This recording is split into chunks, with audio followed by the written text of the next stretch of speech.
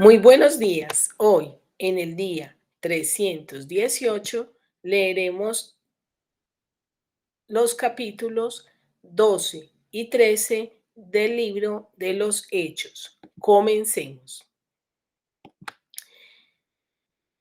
En aquel mismo tiempo el rey Herodes echó mano a algunos de la iglesia para matarles y mató a espada a Jacobo, hermano de Juan. Y viendo que esto había agradado a los judíos, procedió a prender también a Pedro. Eran entonces los días de los panes sin levadura. Y habiéndole tomado preso, le puso en la cárcel, entregándole a 4 grupos de 4 soldados cada uno para que le custodiasen y se proponía sacarle al pueblo después de la Pascua. Así que Pedro estaba custodiado en la cárcel, pero la iglesia hacía sin cesar oración a Dios por él. Y cuando Herodes le iba a sacar aquella misma noche, estaba Pedro durmiendo entre los soldados, sujeto con 2 cadenas, y los guardas delante de la puerta custodiaban la cárcel. Y he aquí que se presentó un ángel del Señor, y una luz resplandeció en la cárcel, y tocando a Pedro en el costado, le despertó diciendo: levántate pronto. Y las cadenas se le cayeron de las manos. Le dijo el ángel: cíñete y átate las sandalias. Y lo hizo así, y le dijo: envuélvete en tu manto y sígueme. Y saliendo le seguía, pero no sabía que era verdad lo que hacía el ángel, sino que pensaba que veía una visión. Habiendo pasado la primera y la segunda guardia, llegaron a la puerta de hierro que daba a la ciudad, la cual se les abrió por sí misma, y salidos pasaron una calle, y luego el ángel se apartó de él.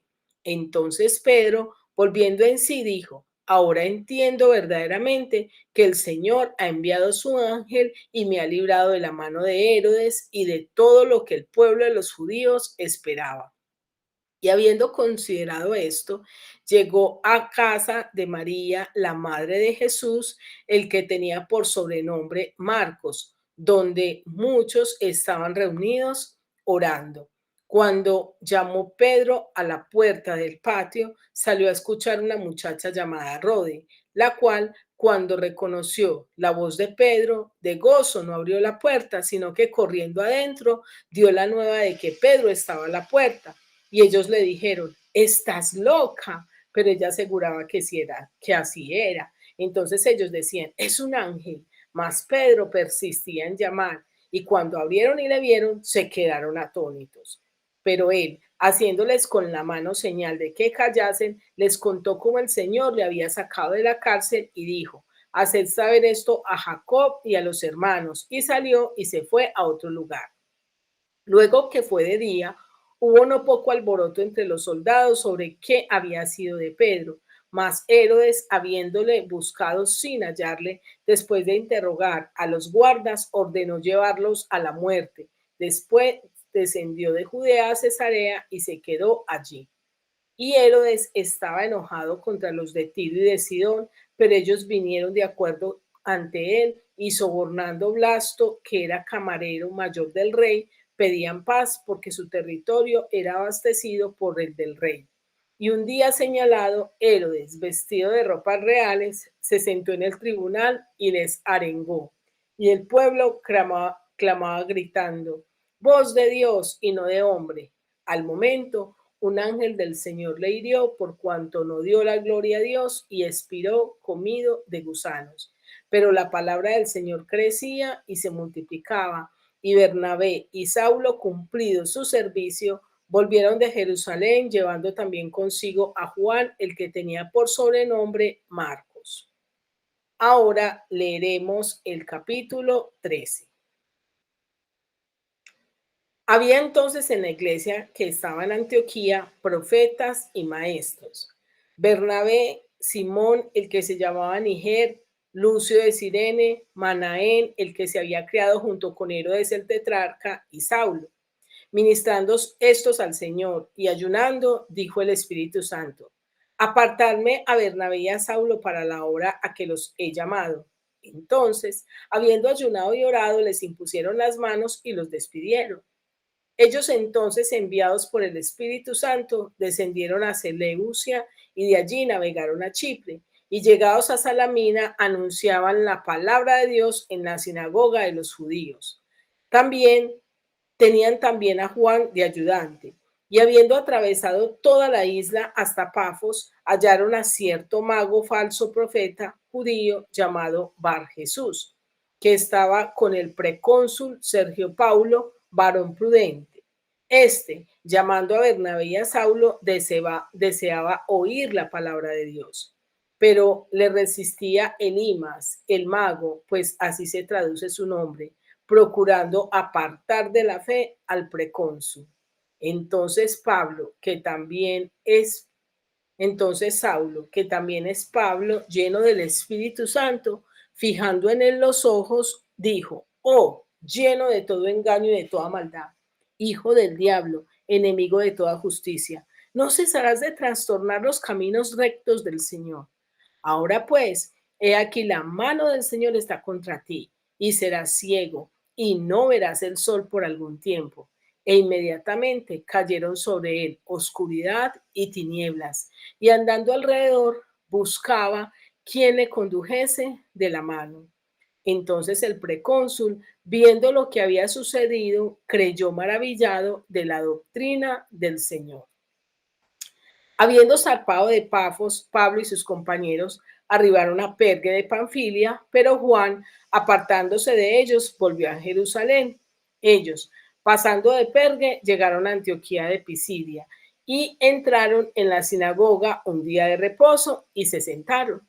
Y después de la lectura de la ley y de los profetas, los principales de la sinagoga mandaron a decirles: varones hermanos, si tenéis alguna palabra de exhortación para el pueblo, hablad. Entonces Pablo, levantándose, hecha señal de silencio con la mano, dijo: varones israelitas, y los que tenéis a Dios, oíd. El Dios de este pueblo de Israel escogió a nuestros padres y enalteció al pueblo, siendo ellos extranjeros en tierra de Egipto, y con brazo levantado los sacó de ella, y por un tiempo como de 40 años los soportó en el desierto. Y habiendo destruido 7 naciones en la tierra de Canaán, les dio en herencia su territorio. Después, como por 450 años, les dio jueces hasta el profeta Samuel. Luego pidieron rey, y Dios les dio a Saúl, hijo de Cis, varón de la tribu de Benjamín, por 40 años. Quitado este, les levantó por rey a David, de quien dio también testimonio diciendo: he hallado a David, hijo de Isaí, varón conforme a mi corazón, quien hará todo lo que yo quiero. De la descendencia de este, y conforme a la promesa, Dios levantó a Jesús por Salvador a Israel. Antes de su venida, predicó Juan el bautismo de arrepentimiento a todo el pueblo de Israel. Mas cuando Juan terminaba su carrera, dijo: ¿quién pensáis que soy? No soy yo él, mas he aquí, viene tras mí uno de quien no soy digno de desatar el calzado de los pies. Varones hermanos, hijos del linaje de Abraham, y los que entre vosotros teméis a Dios, a vosotros es enviada la palabra de esta salvación, porque los habitantes de Jerusalén y sus gobernantes, no conociendo a Jesús ni las palabras de los profetas que se leen todos los días de reposo, las cumplieron al condenarle, y sin hallar en él causa digna de muerte, pidieron a Pilato que se le matase. Y habiendo cumplido todas las cosas que de él estaban escritas, quitándolo del madero, le pusieron en el sepulcro. Mas Dios le levantó de los muertos, y él se apareció durante muchos días a los que habían subido juntamente con él de Galilea a Jerusalén, los cuales ahora son sus testigos ante el pueblo. Y nosotros también os anunciamos el evangelio de aquella promesa hecha a nuestros padres, la cual Dios ha cumplido a los hijos de ellos, a nosotros, resucitando a Jesús, como está escrito también en el Salmo segundo: mi hijo eres tú, yo te he engendrado hoy. Y en cuanto a que le levantó de los muertos para nunca más volver a corrupción, lo dijo así: os daré las misericordias fieles de David. Por eso dice también en otro salmo: no permitirás que tu santo vea corrupción, porque a la verdad David, habiendo servido a su propia generación según la voluntad de Dios, durmió y fue reunido con sus padres y vio corrupción. Mas aquel a quien Dios levantó no vio corrupción. Sabed pues esto, varones hermanos, que por medio de él se os anuncia perdón de pecados, y que de todo aquello de que por la ley de Moisés no pudiste ser justificados, en él es justificado todo aquel que cree. Mirad pues, que no venga sobre vosotros lo que está dicho en los profetas. Mirad, oh menospreciadores y asombrados, y desapareced, porque yo hago una obra en vuestros días, obra que no creeréis si alguien os la contare. Cuando salieron ellos de la sinagoga de los judíos, los gentiles les rogaron que el siguiente día de reposo les hablasen de estas cosas. Y despedida la congregación, muchos de los judíos y de los prosélitos piadosos siguieron a Pablo y a Bernabé, quienes, quienes hablándoles les persuadían a que perseverasen en la gracia de Dios. El siguiente día de reposo se juntó casi toda la ciudad para oír la palabra de Dios. Pero viendo los judíos la muchedumbre, se llenaron de celos y rebatían lo que Pablo decía, contradiciendo y blasfemando. Entonces Pablo y Bernabé, hablando con denuedo, dijeron: a vosotros a la verdad era necesario que se os hablase primero la palabra de Dios, mas puesto que la desecháis, no os juzgáis dignos de la vida eterna. He aquí, nos volvemos a los gentiles. Porque así nos ha mandado el Señor diciendo: te he puesto para luz de los gentiles, a fin de que seáis para salvación hasta lo último de la tierra. Los gentiles, oyendo esto, se regocijaban y glorificaban la palabra del Señor, y creyeron todos los que estaban ordenados para vida eterna. Y la palabra del Señor se difundía por toda aquella provincia. Pero los judíos instigaron a mujeres piadosas y distinguidas y a los principales de la ciudad, y levantaron persecución contra Pablo y Bernabé y los expulsaron de sus límites. Ellos entonces, sacudiendo contra ellos el polvo de sus pies, llegaron a Iconio, y los discípulos estaban llenos de gozo y del Espíritu Santo. Ahora quiero invitarte a que meditemos y reflexionemos acerca de estos dos capítulos que hemos leído. En el capítulo 12 vemos la importancia de la oración. Vemos en el versículo 2 al 3 el peligro de complacer al hombre y no a Dios. Vemos que aquí los judíos, este hombre quiso matar también a Pedro para complacer a los judíos.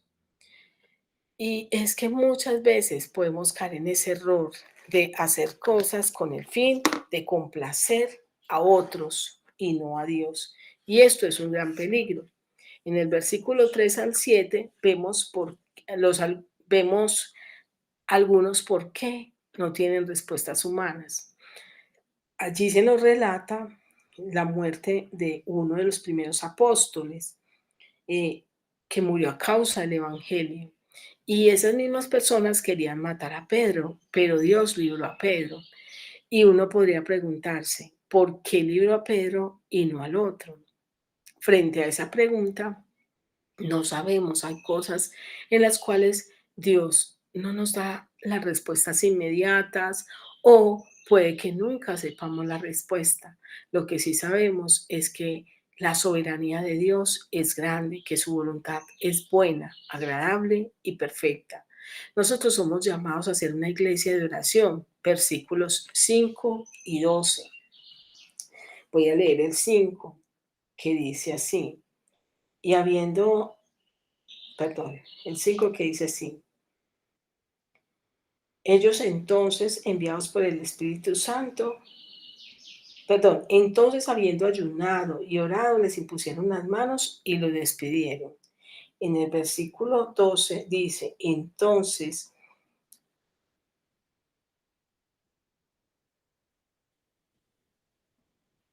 se me perdió el 12.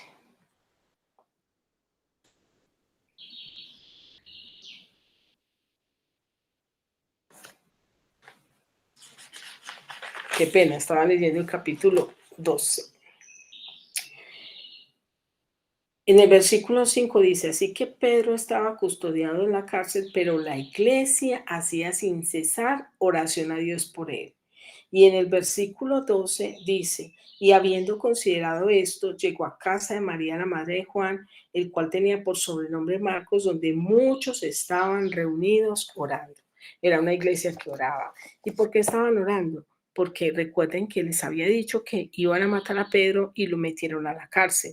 Y miren cómo Dios responde de una manera sobrenatural, porque la oración trae respuestas sobrenaturales. Y eso lo vemos en los versículos 9 y 19, donde un ángel del Señor va y abre las puertas de la cárcel y saca a Pedro de la cárcel, al punto que Pedro pensó que estaba soñando.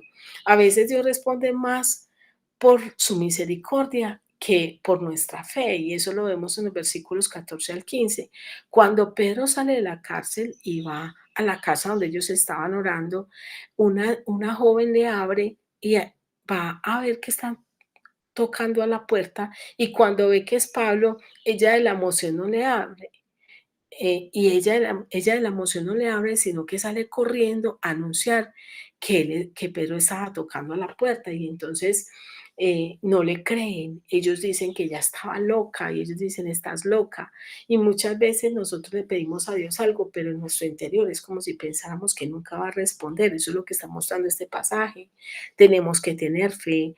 Cuidado con el legado generacional que dejamos. En el versículo 19 podemos ver cómo Herodes eh, quiere matar a todos los discípulos, y viendo que no puede, entonces manda matar a aquellos soldados que estaban custodiando a Pedro por haberlo dejado escapar de la cárcel. Y eso mismo había hecho sus antecesores.